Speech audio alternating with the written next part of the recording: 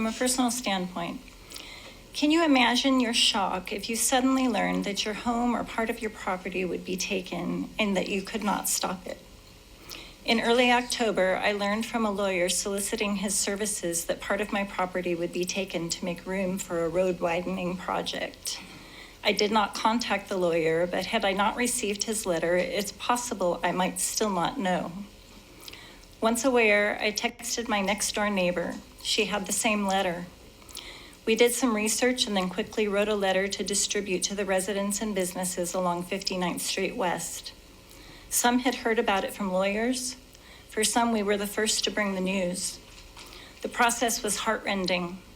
One woman cried when we told her, but people were grateful to receive the information.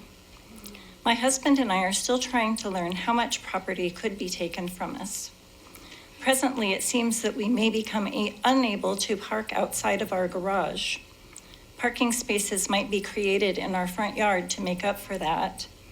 A good portion of our front yard might be disappearing either way. Even if no land is taken, if the project proceeds, there will be a 4-lane road very close to our house. The house and property will be devalued to the point that we will be unable to sell it and find anything comparable to what we have now anywhere near where we currently live. Since obviously I'm the district commissioner for 59th Street, it runs through the heart of my district, and I live right off of 59th Street. Several of you are my neighbors. I'm going to go ahead and speak on this now. First of all, I hate that you learned of this from lawyers. And Dr. Hopes and I have recently had discussions on it, as have I with our public information officer and Public Works, that we need to come up with a system to get out in front of that. Essentially, everything that a traffic engineer does in this county, anything that anyone does, is public record. So if they draw up, say Scott May draws, he's one of our head traffic engineers, say he or Clark draw up 10 drafts of 59th Street, they become public record. And someone makes a public records request of that, which is what eminent domain attorneys do, and then they take the absolute worst case scenarios for residents who live along the road that will be impacted, and they mail them and tell them this is what the county is going to do to your house. And that's simply not true. It's just one of many drafts that were drawn up. For instance, there will be no roundabout. There are lots of ideas that get thrown out.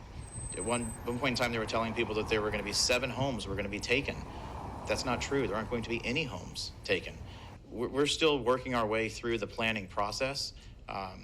And Dr. Hopes, what I told you was that I think that some sort of a letter of notification needs to be sent out ahead of attorneys sending things out, blasting things out to residents to let them know, hey, you live on for instance, 59th Street, you live on a road that has been planned for however many years as a future 4-lane thoroughfare, and that the majority of the right-of-way already exists. Just make sure that people are aware, right? Because a lot of people didn't know.